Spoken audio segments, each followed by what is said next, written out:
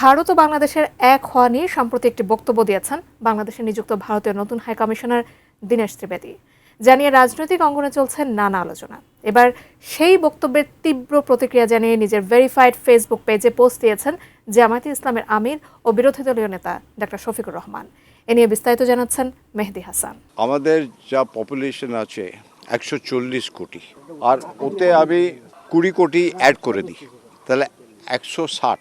আমি যা এখানটা করতে চাই ওইটা 140 নয়, 60 অ্যাডেড, এখান থেকে 20 অ্যাড করে দিচ্ছি, তাহলে যা হবে একসঙ্গে হবে। বুঝেছো? আলাদাভাবে আমি ভাবছি না।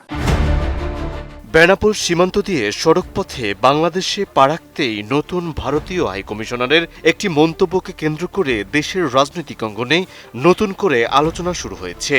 ভারত ও বাংলাদেশ এক হয়ে যাওয়ার প্রসঙ্গে দেয়া ওই বক্তব্য প্রকাশ্যে আসার পর থেকেই সামাজিক যোগাযোগ মাধ্যম থেকে শুরু করে বিভিন্ন রাজনৈতিক মহলে আলোচনা সমালোচনা চলছে। সেই সঙ্গে বক্তব্যটির অর্থ ও উদ্দেশ্য নিয়ে নানা প্রশ্ন উঠতে শুরু করেছে। মনে হচ্ছে না যে আমি বাংলাদেশে আছি, ওইটা দেখতে হলো, তাকে বললো হ্যাঁ আপনি বাংলাদেশের বড়। নতুন বাংলাদেশ গড়তে এলো জুলফিকার স্টিল। জুলফিকার স্টিল। আর এই আলোচনা চলার মধ্যেই বিষয়টি নিয়ে প্রকাশ্যে প্রতিক্রিয়া জানিয়েছেন বাংলাদেশ জামায়াতে ইসলামীর আমির ও জাতীয় সংসদের বিরোধী দলীয় নেতা ডাক্তার শফিকুর রহমান। শনিবার নিজের ভেরিফাইড ফেসবুক পেজে দেয়া এক পোস্টে তিনি ভারতীয় হাই কমিশনারের ওই বক্তব্যের স্পষ্ট ব্যাখ্যা চেয়ে সরকারের প্রতি আহ্বান জানিয়েছেন। তার মতে বক্তব্যটি নিয়ে যেহেতু জনমনে প্রশ্ন তৈরি হয়েছে, তাই এ বিষয়ে পরিষ্কার ব্যাখ্যা দেওয়া প্রয়োজন।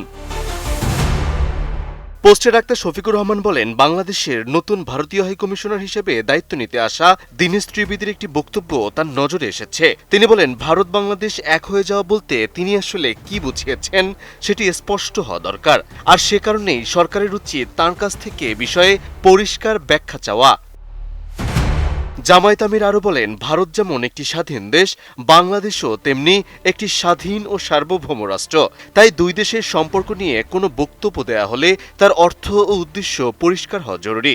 কারণ বক্তব্যের সঠিক ব্যাখ্যা না থাকলে সাধারণ মানুষের মধ্যে বিভ্রান্তি তৈরি হতে পারে। পাশাপাশি বিষয়টি নিয়ে অপ্রয়োজনীয় বিতর্ক ছড়িয়ে পড়তে পারে বলে মন্তব্য করেন তিনি। একটা শক্তি হলে হবে না, দুজনে মিলে যা শক্তি হবে ওইটাই আসল শক্তি, আর ওই শক্তিটা পুরো পৃথিবী যেন দেখে। এ কারণেই বিষয়টির দ্রুত সুরাহা চেয়ে সরকারের প্রতি আহ্বান জানান ডাক্তার শফিকুর রহমান। তিনি বলেন, যদি এই বক্তব্য আক্ষরিক অর্থেই দুই দেশকে এক করে দেওয়ার ইঙ্গিত বহন করে তাহলে তা অবশ্যই নিন্দনীয়। তাই এ বিষয়ে কোনো ধরনের ধোঁয়াশা না রেখে দ্রুত এবং স্পষ্ট অবস্থান তুলে ধরা প্রয়োজন বলেও উল্লেখ করেন তিনি। একই সঙ্গে তিনি বলেন, দুদেশের পারস্পরিক সম্পর্ক, পারস্পরিক সম্মান এবং কূটনৈতিক সৌজন্যের স্বার্থেও ভারতীয় হাই কমিশনারের এই বক্তব্যের ব্যাখ্যা জনসমক্ষে আনা উচিত। তার মতে এমন সংবেদনশীল বিষয়ে স্পষ্ট অবস্থান দুদেশের জনগণের মধ্যকার আস্থা বজায় রাখতেও গুরুত্বপূর্ণ। মেহেদী হাসান, এটিএন নিউজ।